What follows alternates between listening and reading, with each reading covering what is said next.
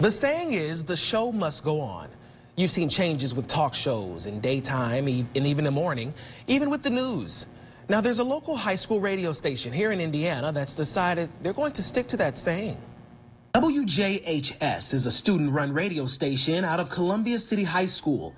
After all schools were told to close due to COVID-19, student activities had to come to a close as well.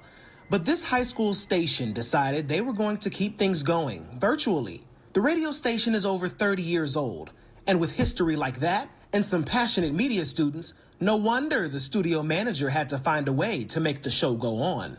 A student said, "What's going to happen to the radio station? Are we going to shut off?" And of course the answer is no. And I realized they were really asking me that they wanted to keep being a DJ. Long story short is we were able to virtually connect to the studio. Not as many students as what we had during the semester to get on the air, but to keep that volunteer opportunity going for those students who wanted to stay involved. Jordan Glaza is the studio manager and a teacher at the high school. He started with the radio station in August, where there were about 12 kids. He created the radio club and got some kids to do weather, as well as reading some news on air. And before the coronavirus picked up, there were about 40 students involved. It's one thing for a student to be in a classroom and learning, and we're teaching you something.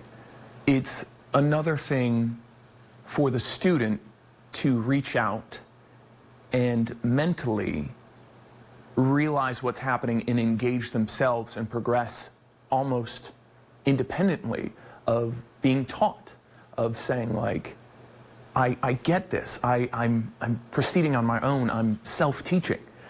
It's amazing when that moment happens. As a lot of teachers feel right now, Jordan misses his students, but he's extremely happy that they still want to be involved, especially during this pandemic, and that they have such a strong passion for media and radio. I'm super proud of the students who wanted to recognize in themselves, like, hey, I want to be on the air, and are doing that. They're completely on their own, operating. I'm just facilitating that, and I wanted to recognize them on the air. Organizers say they need the community's help to keep on the airwaves.